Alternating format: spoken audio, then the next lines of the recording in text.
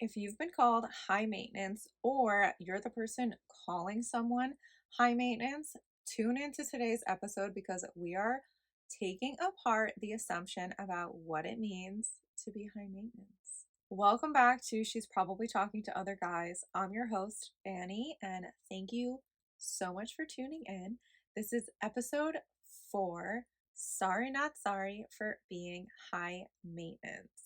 If you've ever been called high maintenance and someone meant it in a negative way, we are totally going to pick apart those assumptions and really show everyone why being called high maintenance is actually a compliment. So, let's do a quick review of what we talked about last week, and then we're going to dive right in to this topic.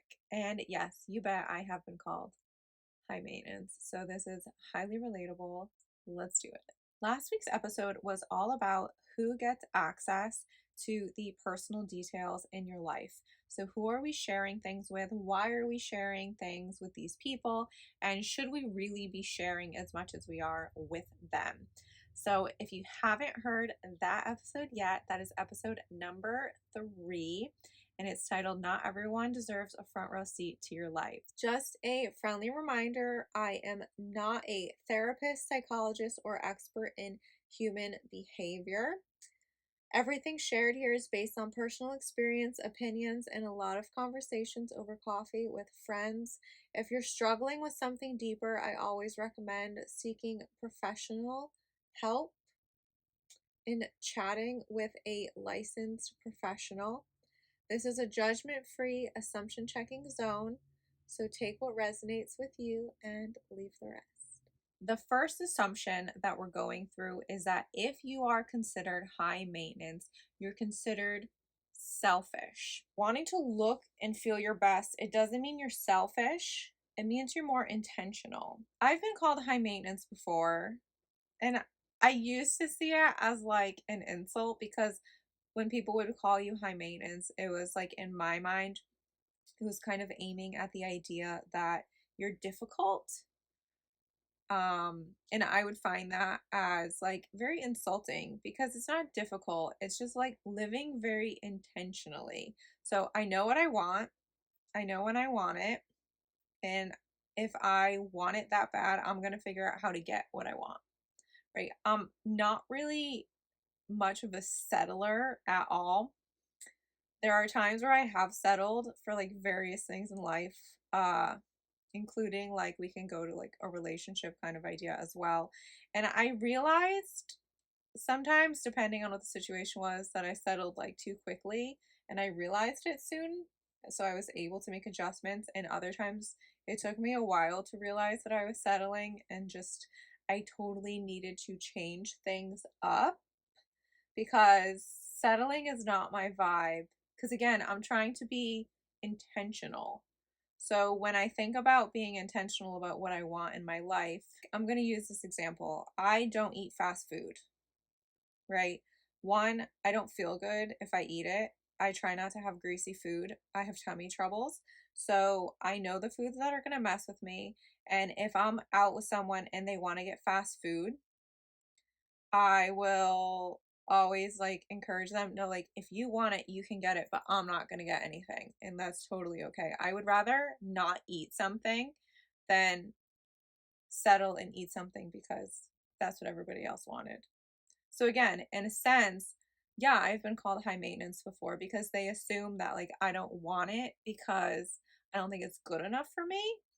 But that's not really it. It's just more I don't want to deal with the aftermath of having a stomach ache or my skin's going to break out because the food was really greasy and I know that my skin breaks out when I eat greasy food. For me, it's not being selfish. It's not being rude in any way. It's just I know that that's not going to work for me. So you do you, I'm going to do me, and we're cool. Wanting to look and feel your best doesn't mean that you're selfish. People who watch and engage in a lot of social media activity, there's a lot going on where people are sharing their morning routines or routines throughout the day, fitness routines, wellness routines, this and that. And there's just like so much content being pushed out and absorbed that At the end of the day, you need to choose obviously what's right for you. Like I know my routines don't work for everyone. Um but this is where I'm kind of tuning into it being selfish. I take a lot of time in my routines and curating my routines, and I also take a lot of time to make sure that my routines are not disturbed. So, if somebody wants to schedule something with me, I try my absolute hardest to schedule it around my routines that I have. Not because I'm being selfish, because I want to show up as my best self for someone. So, in order for me to do that, I do not want to have chaos, because chaos means that I'm going to show up unprepared. I'm going to show up not being my best self in the moment. And I don't want that, because then for me, that's disappointing the other person. So, if I cave and give up my time that I usually use for my routines, then I know that a little bit of me is going to be off if I have a meeting at that time instead. And I don't think that people get that all the time. And it's not necessarily something that I feel like needs to be shared about, like, why you're being very specific and limited with your time, because I don't feel that I need to explain to everyone. Like, if it's my best friend, I'll tell her, but I don't feel that I need to explain to everyone that no, I cannot meet you at this time because I am in my sauna blanket. And if I don't sweat my soul out in my sauna blanket and then take my cold shower and then put my red light face mask on and then put my red light neck and hands on in my routine, right? That makes me feel good. That makes me feel confident. That helps me set the mood. If I don't do those things, I'm not going to show up as my best self for you. And for me to go through that entire explanation is just so unnecessary. So, again, not being selfish, being selective, and I'm being intentional in order for me to show up as my best self for you. Let's tie a little bit of that into the assumption of you expect people to cater to you. So again, I'm not expecting someone to necessarily like arrange their entire life to be able to meet my timeline. I'm willing to meet halfway somewhere. But again, if it's a conversation of when can we arrange a meeting, I think that that goes both ways, because that person probably has things that they don't want to miss either. So it's just more about being really clear and being really intentional in saying, okay, well, I can't meet you at this time, but I can meet you at these times. Do any of these work for you? It's not necessarily that I'm trying to make your life difficult, or I'm not trying to make you solely work around my schedule. I've absolutely interacted with people who are like that, and I never liked how it made me feel. I think that that's important, is to not so quickly give up on things that you care about. See if there is wiggle room when you meet with someone. But again, that's what comes off sometimes as being quote unquote high maintenance, because no, I'm not going to drop everything for you. When I was really, I'm a recovering people pleaser. When I was like hardcore people pleasing all the time, I would literally drop everything for people who would never consider dropping anything for me when I needed it. And I think that that was like a huge problem. And that's why I love finding happy mediums for people. Let's talk for one quick second before we move on to the next assumption. Sometimes people confuse self respect with self centeredness. So the assumption would be you make everything about you.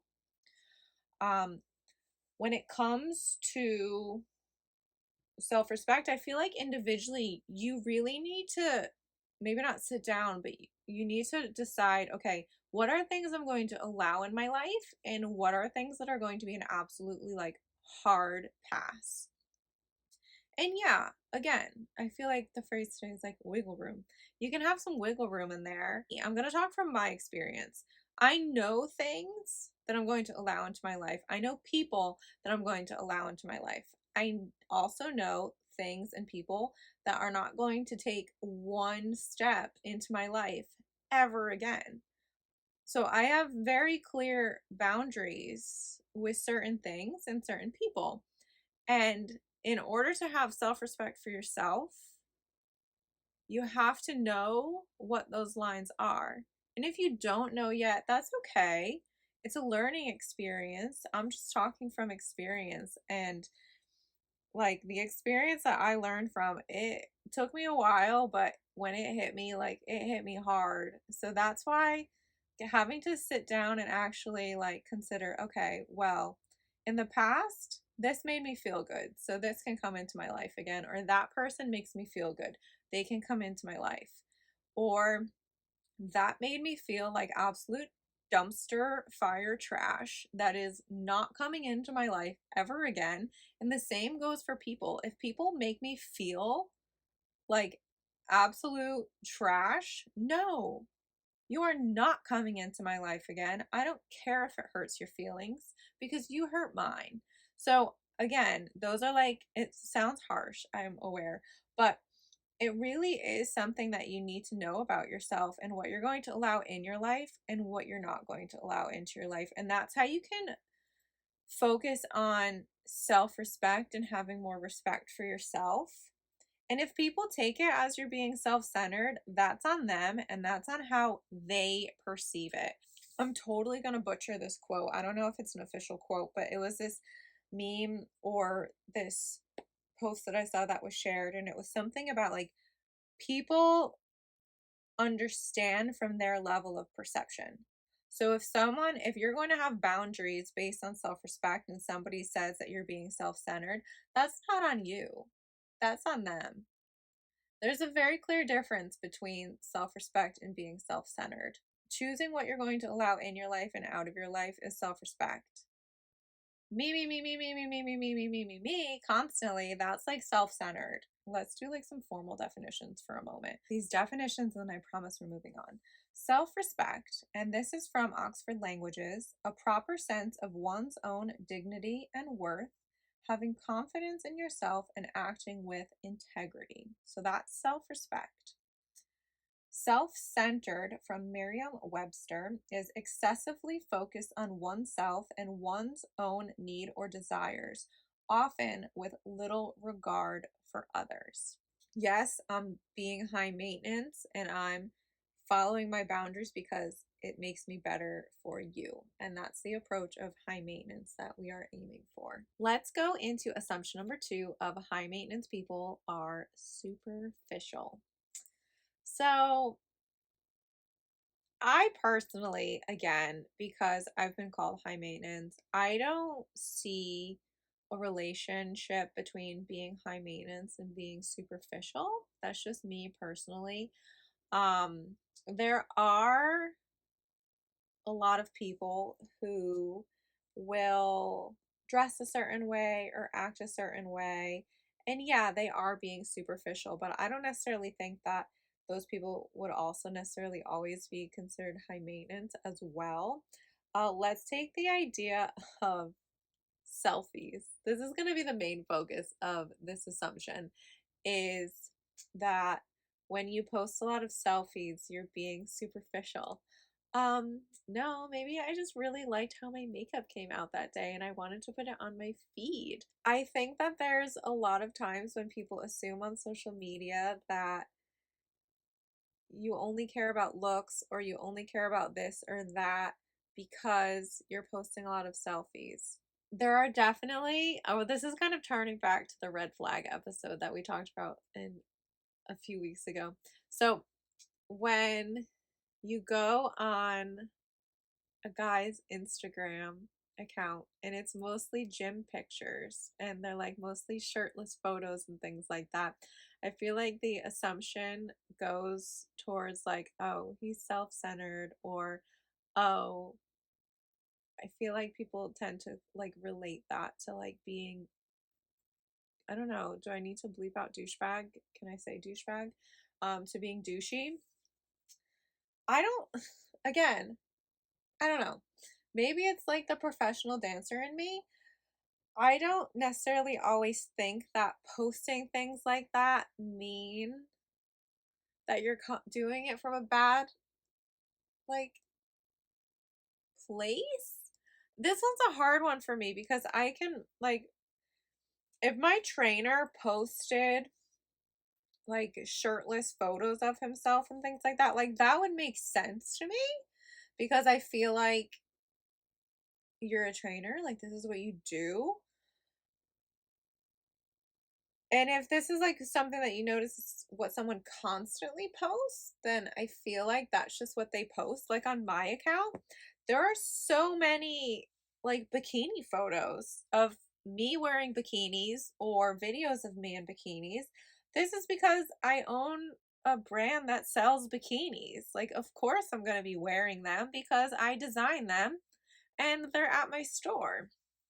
So I feel like I'm not really that, maybe I should be, I don't know. I'm not that quick to judge if I see a guy's Instagram profile and he's shirtless and like a really hot beefcake. I don't know. I'm just not really that judgy because in my mind, I'm like, okay, well, maybe there's a reason that this person does this.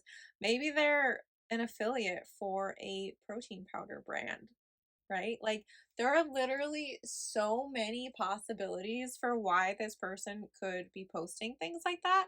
And I'm sure, yeah, there are plenty of people who are doing it superficially, and there are plenty of people who are doing it just because they want likes and they want attention and they want validation.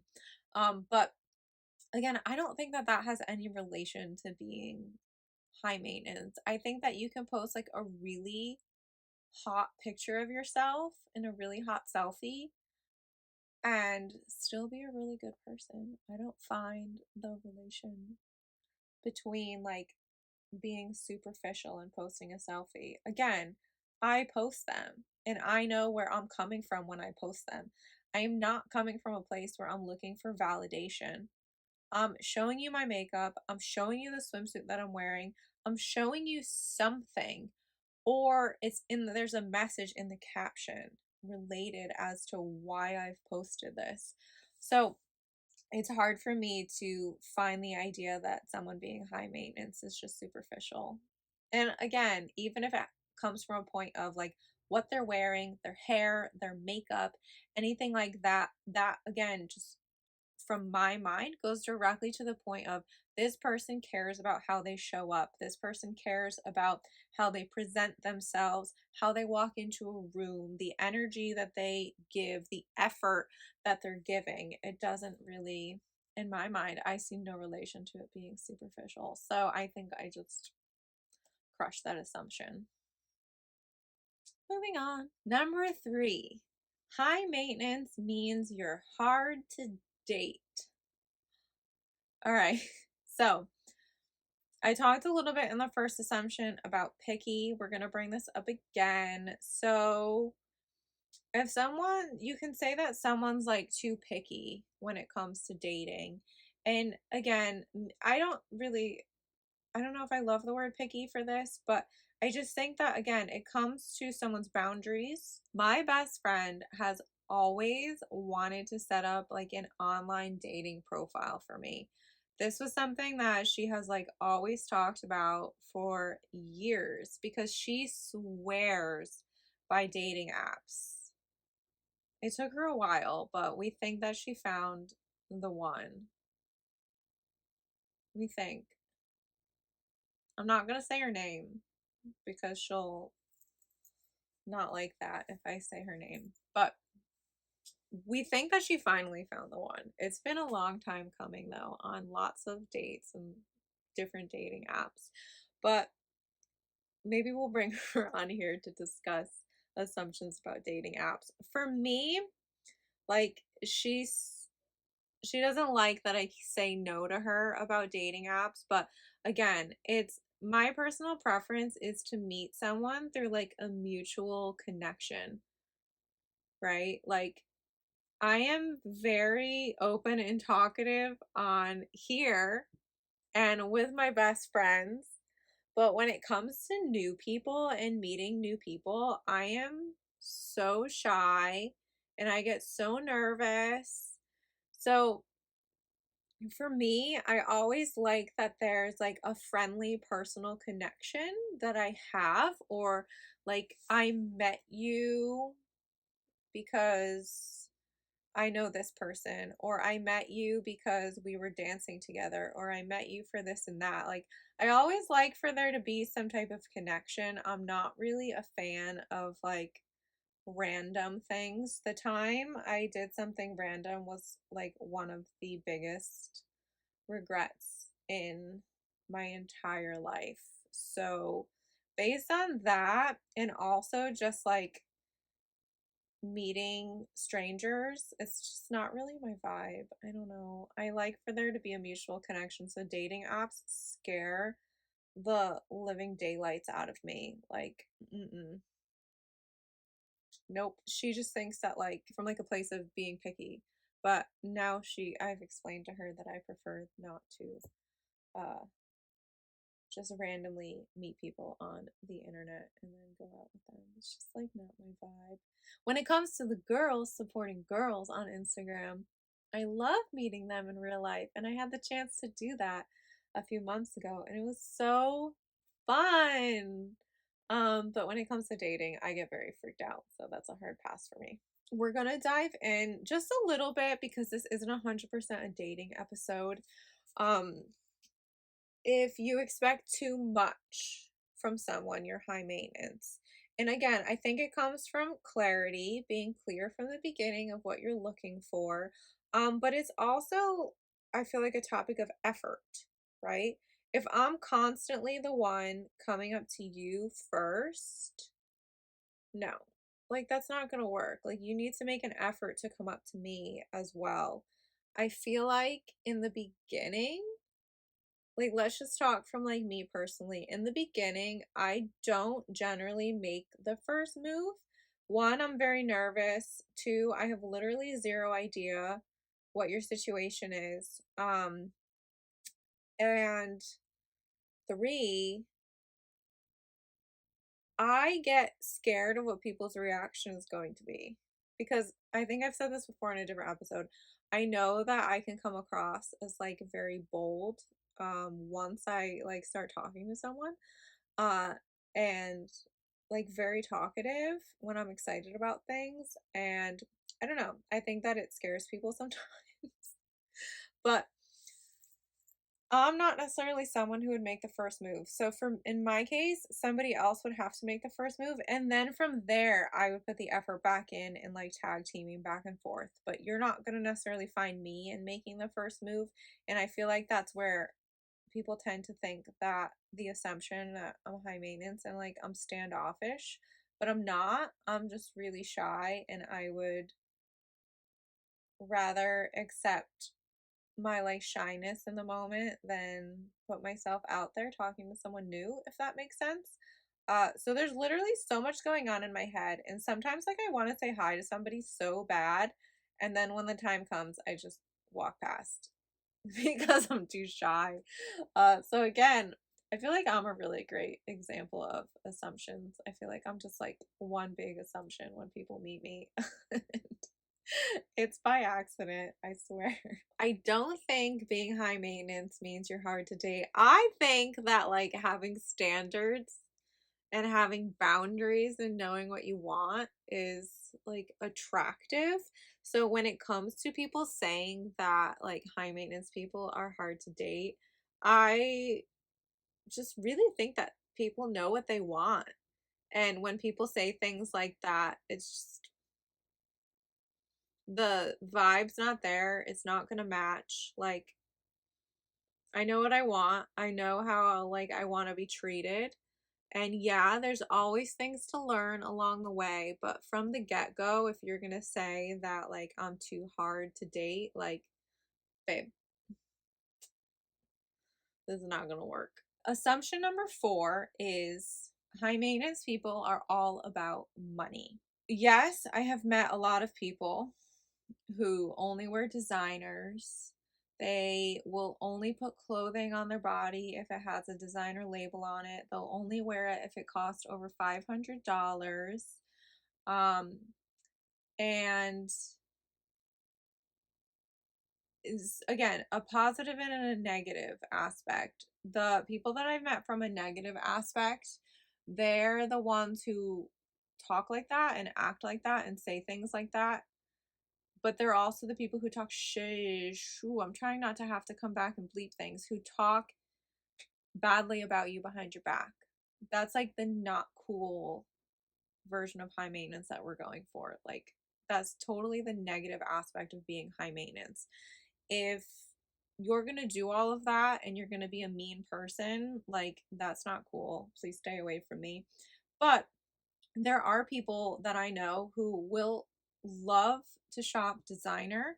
They love to wear these things. They feel really good about themselves when they're wearing them, and they're still like a very genuine human being, right? So those are more, that's kind of the assumption we're going after, is when you assume that this person is high maintenance and they only care about money. Maybe they're driving a fancy car and then they step out and they have their Christian Louboutins on, Louis Vuitton bag, right? Like, those are the ones people make assumptions about, but maybe this person is like super duper nice and it's just something that simply makes them feel good, right?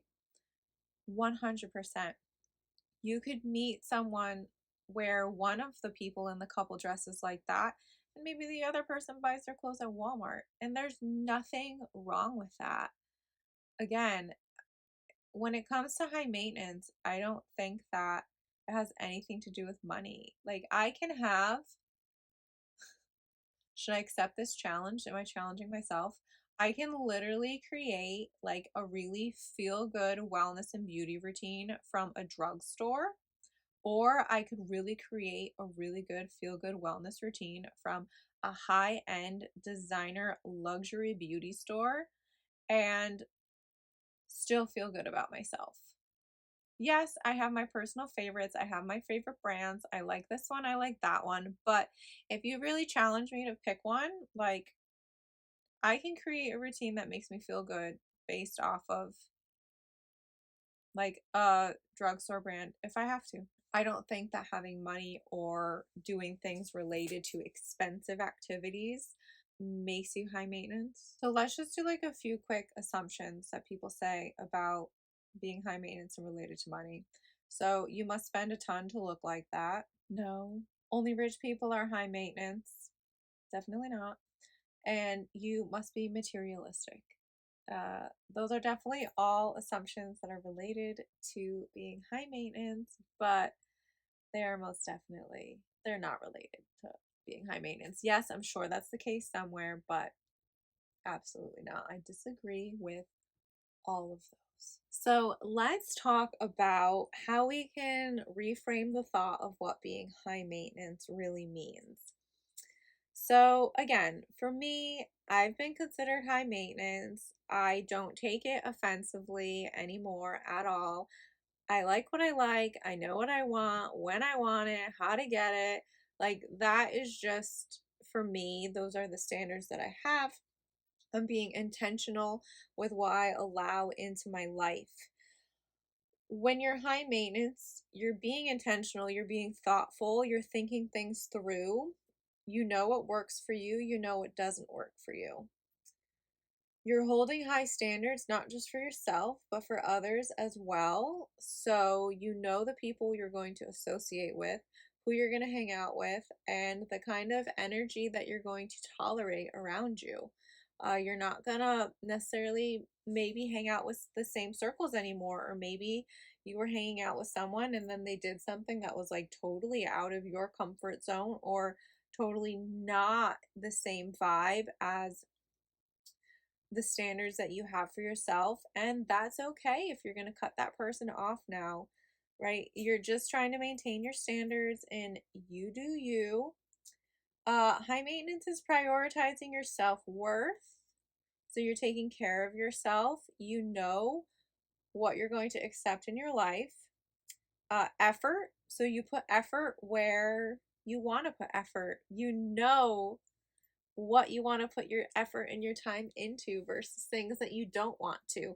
I'm going to use like a kind of, well, I'm going to call it a silly example. Someone had a conversation with me about like learning how to climb the rope at the gym. I literally have zero interest in learning how to climb the rope. I don't care if I can do it. I have no desire to do it. It does not fit in my goals, and I don't really care to put effort into something like that because at the end of the day, it literally is not going to make me feel better about myself if I can climb a rope or if I can't climb a rope. The response from this person was when I said, "Oh, no, I'm good," something along the lines like that. They were like, "Oh, well, not with that attitude, you're not." So that conversation kind of gave this person this idea that I don't know, maybe I was lazy, maybe I was like slacking. I don't know, but like I don't want to climb the rope. There are so many other things I would prefer to put my effort into and learn how to do um physically. Like I'm gonna say secretly for a moment. I'm not gonna tell you what it is because I'm still looking around for classes and something.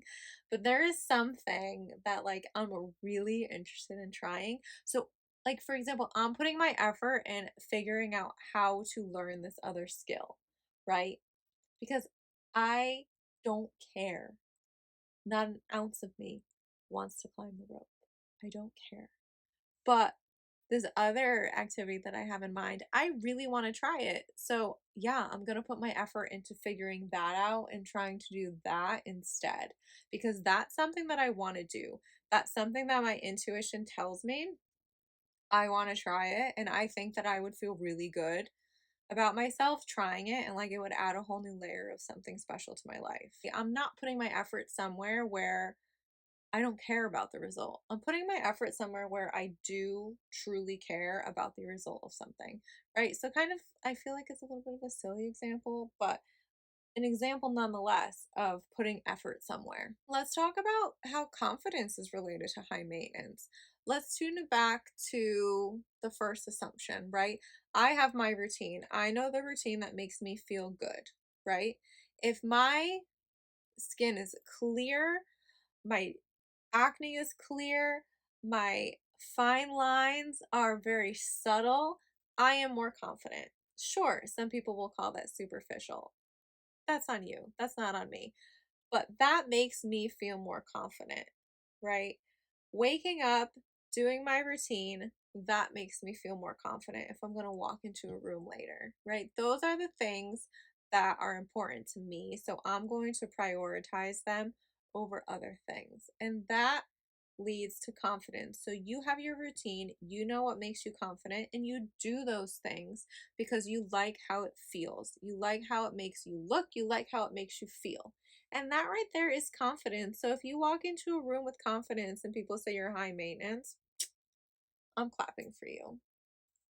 They can judge you, but we don't like them if they judge you like that. I also feel like high maintenance, we're gonna like make a positive little code about this. So high maintenance means that you have your ish together or you're working on getting your ish together because again, you have a goal, you have something set in mind, you know it's gonna work and you're gonna do it because that's what you're trying to make happen in your life. So if being high maintenance offends other people, then they're not meant to be in your life.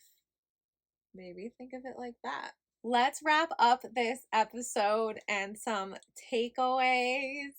So, if someone says you're too much, maybe they're just not to be meant to be in your life, right? Maybe they're not going to respect your boundaries. Maybe these people are going to talk about you behind your back, but if somebody says you're too much, and all you're doing is being yourself, then I personally don't think those people have a place in your life.